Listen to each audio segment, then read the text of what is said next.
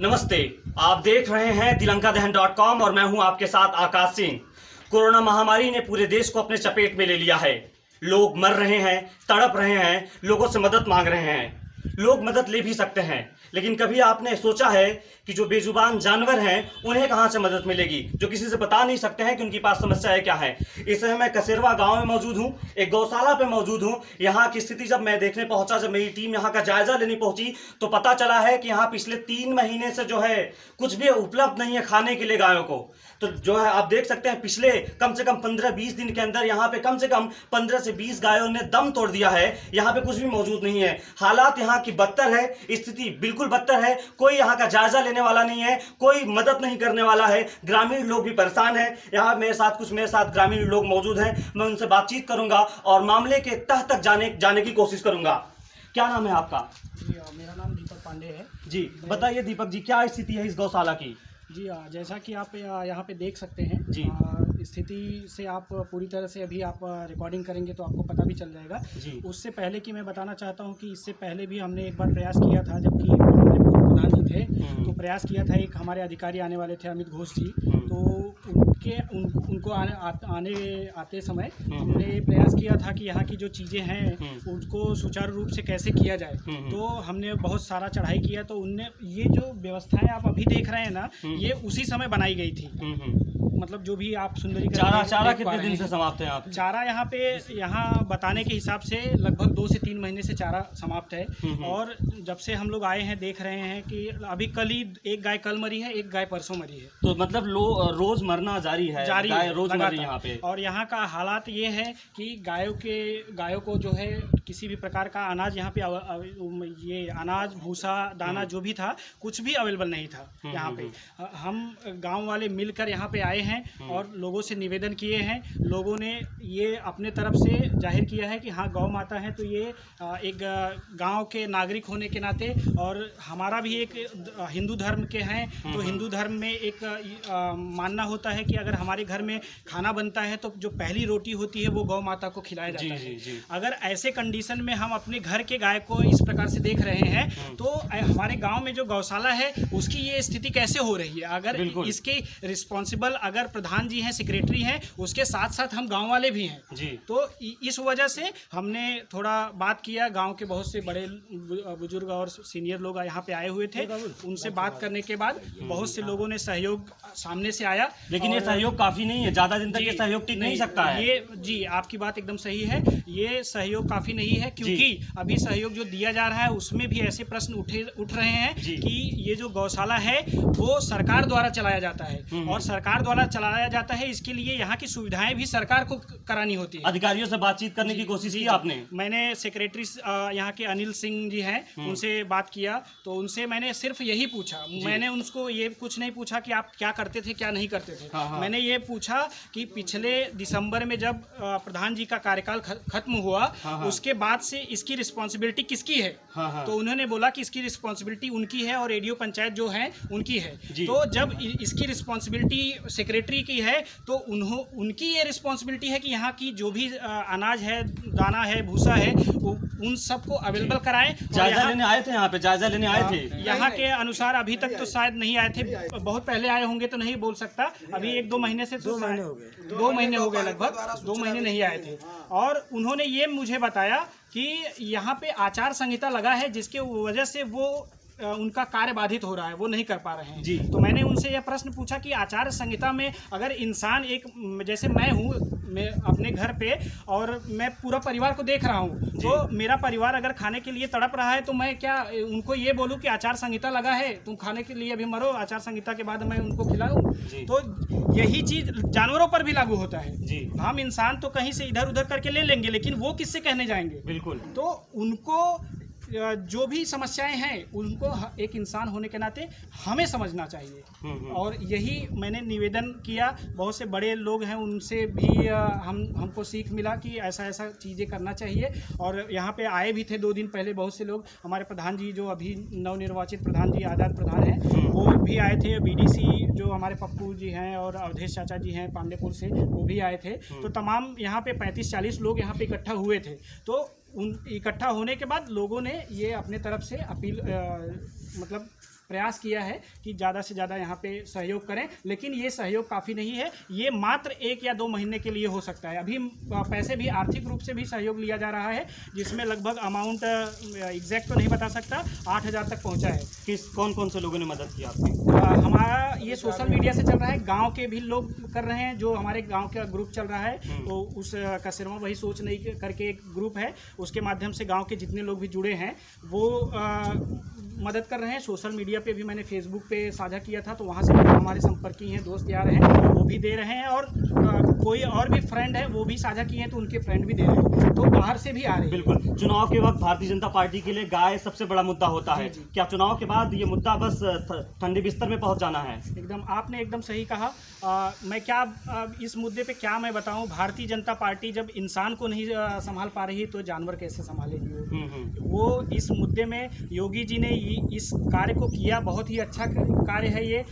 इसकी सुविधा कराया, गांव-गांव तक ग्राम पंचायतों में ऐसी व्यवस्था पहली बार एक कोई सरकार हुई जिसने यह व्यवस्था कराई, लेकिन यह व्यवस्था फेल है। जी, एकदम से फेल है। यह व्यवस्था कराए जाने से एक व्यवस्था नहीं सुचारू रूप से चलेगा। जब तक इसके पीछे अधिकारी लोगों के ऊपर तंज नहीं कसा जाएगा तब तक गाय का चारा ही खा जा रहे हैं सर। एकदम, मैं आपको कुछ आंकड़ा देना चाहता हूँ जी। यहाँ पे किसी भी ग्राम सभा में जो गौशाला चल रहा है, योगी सरकार के मुताबिक 30 रुपया पर डे एक गाय का मिल रहा है। एक गाय मौजूदा समय में यहाँ पे 75 गाय है। 75 गाय के हिसाब से एक दिन का 2250 रुपये होता है, और महीने का लगभग 67,500 रुपये होता है। ये 67,500 रुपया सेक्रेटरी या फिर ग्राम पंचायत का जो भी एडीओ है वो सब मिल बांट के खा मिल बांट के खा रहे हैं। यहाँ पे जो 2-3 कर्मचारी या फिर जो भी यहाँ पे देख रेख कर रहे हैं उनको भी कुछ भी नहीं मिला है, उनको भी देना उनका ही कार्य है, उसी में से जाता है, उनको कुछ भी नहीं मिल रहा है। कितने महीने से जो कर्मचारी उनको बताए जाने के अनुसार जो है 3 महीने से उन्हें कुछ भी नहीं मिला है। 3 महीने से उन्हें कुछ भी नहीं मिला। और उनके द्वारा ये भी है कि पिछले महीने में उन्होंने संपर्क भी किया था सेक्रेटरी से, लेकिन कुछ अच्छा पॉजिटिव रिस्पांस नहीं आया। जब सेक्रेटरी हमें नहीं रिस्पांस कर रहे हैं तो वो तो वहाँ के कर्मचारी, हालात पिछले 2 महीने से यहाँ बद से बदतर होते जा रहे हैं। कैसे सुधरेंगे? ऐसे ही कि पहली चीज तो गाँव के जो नागरिक अभी जागरूक हुए हैं, जैसे हम लोग तो चलो ठीक है शहर में रह रहे हैं, आए हैं कुछ दिनों के लिए, तो हम लोग कुछ कर रहे हैं, लेकिन यहाँ पे जो रह रहे हैं वो इसका, जैसे हमारे जो बीडीसी जो सदस्य चुने गए हैं, 15 सदस्यों का कार्य क्या है, आखिर सदस्य क्यों बनाए जाते हैं सरकार में? ये पंचायती राज जो व्यवस्था की गई है, इनमें जो 15 हमारे यहाँ 15 वार्ड है, 15 वार्ड में 15 सदस्य हैं। ये 15 सदस्य क्या करेंगे? ये 15 सदस्यों को अगर 15 सदस्य मिल के 2 दिन भी यहाँ समय देंगे तो 30 दिन में उनको सिर्फ 2 ही दिन देना पड़ेगा एक सदस्य को। उनको कुछ काम नहीं करना है, वहाँ उनको आके यहाँ पे देखना है कहाँ चारा नहीं है, कहाँ क्या व्यवस्था नहीं है, कौन सी गाय यहाँ पे बीमार अवस्था में है, उसकी जानकारी प्रधान तक दें। प्रधान उसको इंश्योर करें कि इसकी जो मेडिकल सुविधा है वो उस गाय को पहुँचे। जी, तो इस चीज पे सब जब एक कड़ी में बंधे रहेंगे, हमारे जो बीडीसी चुने गए हैं कसेरवा में जो है एक बीडीसी हैं पप्पू पांडे जी, आप चाहते हैं कि जितने भी जनप्रतिनिधि सब एक तरीके से काम करें। जी, तो यहाँ के जो कर्मचारी है उनसे बातचीत करने की कोशिश करेंगे, जानने की कोशिश करेंगे कि क्या कुछ है यहाँ का माहौल। क्या नाम है आपका? हमारा नाम मंगला सिंह है जी। तो आप ही की देख रेख में यहाँ सब कुछ हो रहा है, कैसा लग रहा है गायों का सेवा करके? बहुत अच्छा लग रहा है। हम अपना जीवन सार्थक समझ रहे हैं जी की सेवा करके जी। और हमारे गाँव माता की जो है 1 महीने से गांव वासियों की माने की मदद से हम इनको खिला रहे हैं। सबके घर घर मांग के थाली से सबके लाद के सबको पिहरा भूसा सब खिला के आप लोगों तक जाते हैं, उनसे मांगते हैं, फिर लाद के ला के फिर गायों को आप चारा उपलब्ध करा रहे हैं जी। हम खिलाते हैं, इनकी दशा हमसे देखी नहीं जाती जी।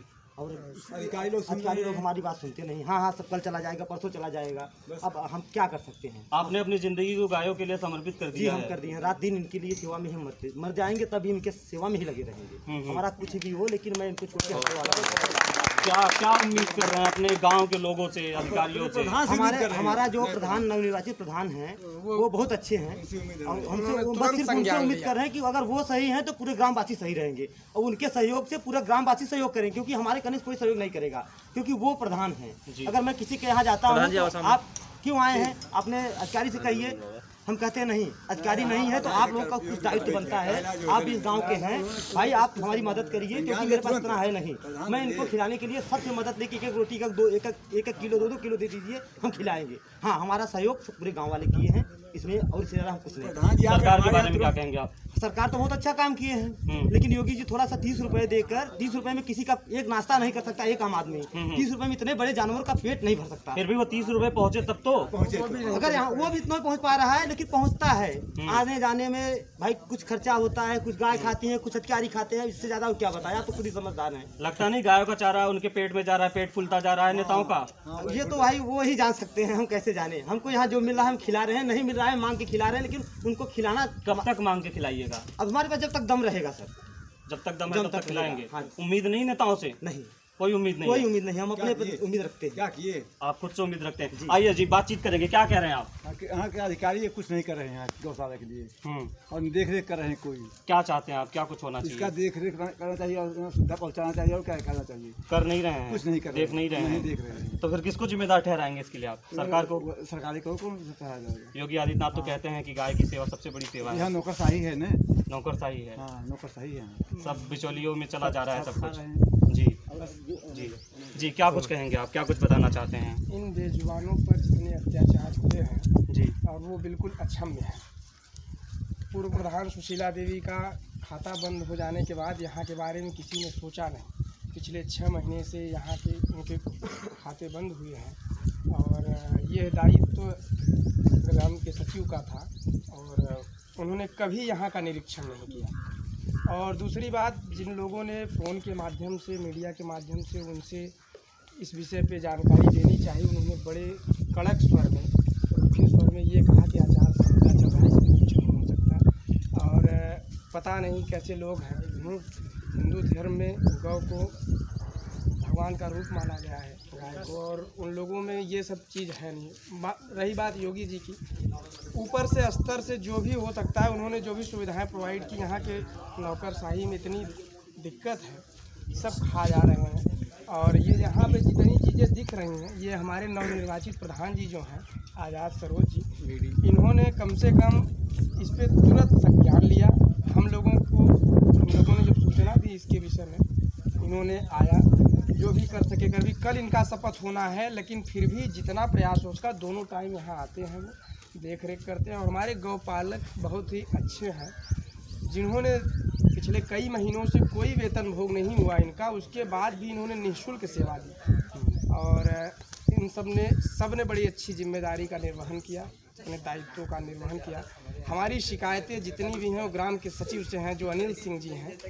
ये इन सब जो मरती गाय हैं, ये सब का पाप, सबकी हाय सब अनिल सिंह जी को जाता है। और नए प्रधान जी जब से हुए, उन्होंने जब लोगों ने कहा कि अब आप अपने खाते से सबका देख रेख करिए, रेडियो पंचायत पल्ला झाड़ देते हैं और डायरेक्ट बोलते हैं कि सचिव देखेगा। प्रधान के खाते क्लोज हो जाने के बाद सामूहिक रूप से जो भी ये गौशाला है, कोई भी कार्य होता है, वो सचिव देखता है। लेकिन उन्होंने यहाँ का न निरीक्षण किया, न यहाँ पे इन लोगों को खाने हेतु कोई भी व्यवस्था करी, न भूसा था न दाना था। वो तो प्रधान ये नए हुए